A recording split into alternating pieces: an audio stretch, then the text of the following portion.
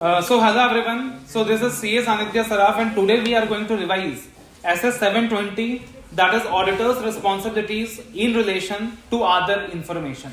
अब अगर हम अदर इंफॉर्मेशन की बात करें तो अदर इंफॉर्मेशन का मतलब क्या है? अदर इंफॉर्मेशन का सिंपल मतलब है कि कंपनी का जो एनुअल रिपोर्ट होता है, एनुअल रिपोर्ट में सिर्फ फाइनेंशियल स्टेटमेंट और सिर्फ ऑडिट रिपोर्ट नहीं होता, financial statement and audit report के अलावा बहुत सारे अन्य इंफॉर्मेशन भी होते हैं, अदर इंफॉर्मेशन भी होते हैं, जैसे कि फाइनेंशियल रेशियोज हो गया, कॉर्पोरेट गवर्नेंस रिपोर्ट हो गया, मैनेजमेंट डिस्कशन एनालिसिस रिपोर्ट हो गया, सीएसआर रिपोर्ट हो गया, डायरेक्टर्स रिपोर्ट हो गया, बहुत सारी चीजें होती हैं,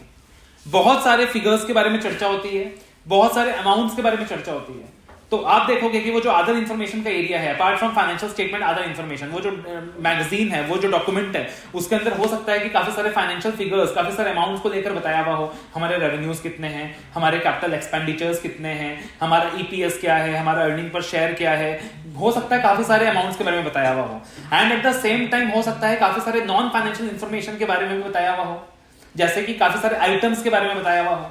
जैसे कि फॉर एग्जांपल कि भाई अकाउंटिंग एस्टिमेट जो हमने फाइनेंशियल स्टेटमेंट में रिपोर्ट किया है, उसको बनाने के लिए हमने अजम्पशन कौन कौन से यूज करे हैं, हमारी रिलेटेड पार्टीज कौन कौन सी है, हमारे डायरेक्टर्स कौन कौन है, राइट, हमारा विजन क्या है, हमारी स्ट्रेटेजीज क्या है। तो इस तरीके से हो सकता है कि वहां पे काफी सारा नॉन फाइनेंशियल इंफॉर्मेशन भी दिया हुआ हो, काफी सारे आइटम्स भी दिए हुए हों। और इस स्टैंडर्ड के तहत अपना ऑब्जेक्टिव क्या है कि मैं मैनेजमेंट को बोलूंगा, देखो भाई मैनेजमेंट, मेरा जो काम है वो सिर्फ और सिर्फ फाइनेंशियल स्टेटमेंट्स के ऊपर ओपिनियन देना है, अदर इंफॉर्मेशन के ऊपर ओपिनियन देना नहीं है। बट क्योंकि वो अदर इंफॉर्मेशन भी फाइनेंशियल स्टेटमेंट ऑडिट रिपोर्ट के साथ जा रहा है, तो यूजर ऑफ फाइनेंशियल स्टेटमेंट ये समझ लेगा कि ऑडिटर भाई साहब ने क्या किया है, अदर इंफॉर्मेशन के ऊपर भी अपना एश्योरेंस दिया है। तो एक काम करना, इससे पहले कि मेरा ऑडिट रिपोर्ट फाइनलाइज हो, उससे पहले तुम मुझे अदर इंफॉर्मेशन की भी कॉपी देना। जब तुम अदर इंफॉर्मेशन का फाइनल कॉपी ड्राफ्ट करोगे तो उससे पहले मेरे को अदर इंफॉर्मेशन का कॉपी भी प्रोवाइड करना, मैं उसे एक बार रीड करूंगा, ठीक है। तो मैं उसे एक बार रीड करूंगा और रीड करने के बाद अगर मेरे को कोई मैटेरियल इनकंसिस्टेंसी मिलती है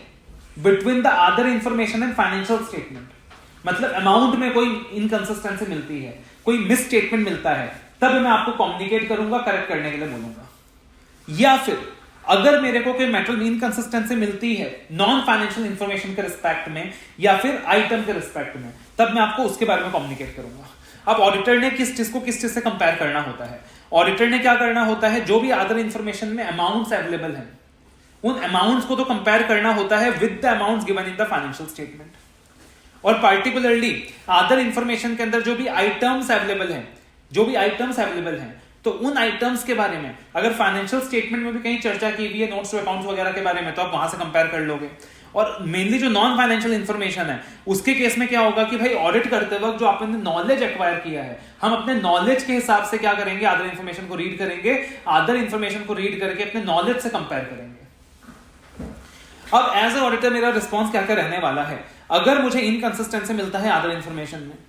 ऑडिट रिपोर्ट बनाने से पहले, तो मैं मैनेजमेंट को बोलूंगा कृपया करके अदर इंफॉर्मेशन करेक्ट कर दीजिए। अगर मैनेजमेंट करेक्शन कर देता है, बहुत अच्छी बात है, करेक्शन नहीं करता है तो हम तीसरे डब्ल्यूजी को कम्युनिकेट करेंगे, और तीसरे डब्ल्यूजी को कम्युनिकेट करने पर भी करेक्शन नहीं किया जाता है, तो देखो भाई मैं रिपोर्ट को मॉडिफाई तो कर नहीं सकता क्योंकि मिस स्टेटमेंट अदर इंफॉर्मेशन में है, मैं एप्रोप्रिएट एक्शन लूंगा और मैं अदर मैटर्स पैराग्राफ में रिपोर्ट करूंगा।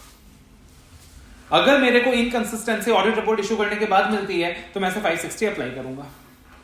अगर यहां पे मैटेरियल इनकंसिस्टेंसी मेरे को फाइनेंशियल स्टेटमेंट में मिलता है, तो इसका मतलब यहां मैं अदर इंफॉर्मेशन पैराग्राफ में रिपोर्ट नहीं करूंगा, मैं रिस्पॉन्ड करूंगा in accordance with other standards, जैसे कि 450 हो गया, 315 हो गया, 330 हो गया, 705 हो गया। अब ये जो अदर इंफॉर्मेशन पैराग्राफ होता है, इसमें क्या क्या आता है, इसमें सबसे पहले एक स्टेटमेंट आता है कि management is responsible for other information. उसके बाद एक आइडेंटिफिकेशन आता है अदर इंफॉर्मेशन के बारे में, कि पार्टिकुलरली फाइनेंशियल एक आइडेंटिफिकेशन आता है अदर इंफॉर्मेशन के बारे में, एक स्टेटमेंट आता है कि हमारा ओपिनियन अदर इंफॉर्मेशन को कवर नहीं करता, हम इसके ऊपर कोई ओपिनियन एक्सप्रेस नहीं कर रहे।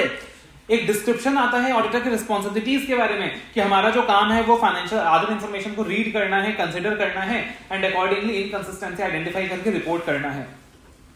और अदर इंफॉर्मेशन जब भी ऑडिटर रीड करेगा, जब भी उसको ऑडिट रिपोर्ट इशू करने से पहले अदर इंफॉर्मेशन मिल जाएगा, जब वो रीड करेगा, अगर उसमें कोई इनकंसिस्टेंसी ना मिले, कोई मिस स्टेटमेंट ना मिले, तब तो वो अदर इंफॉर्मेशन पैराग्राफ में लिख देगा I have nothing to report. और अगर उसको कोई मैटेरियल मिसस्टेटमेंट मिला जिसको मैनेजमेंट ने करेक्ट नहीं किया, तब वो लिख देगा there is a uncorrected material misstatement, and वो डिस्क्राइब कर देगा उन करेक्टेड मैटेरियल मिसस्टेटमेंट को। अब क्या क्या एग्जांपल हो सकते हैं अमाउंट्स के, या क्या क्या एग्जांपल हो सकते हैं अदर आइटम्स के, दैट में be included in the other information. तो अमाउंट का कोई भी फाइनेंशियल एग्जांपल हो सकता है, फॉर एग्जांपल ईपीएस हो गया, रेवेन्यू हो गया, परचेज हो गया, सेल्स हो गया, टैक्स एडजस्टमेंट हो गया, कैपिटल एक्सपेंडिचर हो गया, कुछ भी हो सकता है जहां भी अमाउंट इन्वॉल्व है, कोई फाइनेंशियल रेशियो हो गया। अगर आइटम्स की बात करें तो जहां अमाउंट इन्वॉल्व नहीं है, जैसे कि अजम्पशंस के बारे में जानकारी हो गई, रिलेटेड पार्टीज के बारे में इंफॉर्मेशन हो गया, गारंटीज के बारे में डिस्क्राइब करना हो गया, कंपनी के खिलाफ कौन कौन सा केसेस पेंडिंग है उसके बारे में बताना हो गया, इन्वायरमेंटल लायबिलिटीज के बारे में बताना हो गया, लॉ रेगुलेशन चेंज हुआ तो उसके बारे में बताना हो गया, बिजनेस की स्ट्रैटेजीज के बारे में बताना हो गया, मार्केट ट्रेंड के बारे में कुछ इंफॉर्मेशन देना हो गया। तो ये सारी चीजें अदर आइटम्स में आ जाएंगी। तो वेरी वेरी सिंपल स्टैंडर्ड ऐसा 720 that is auditor's responsibilities relating to other information.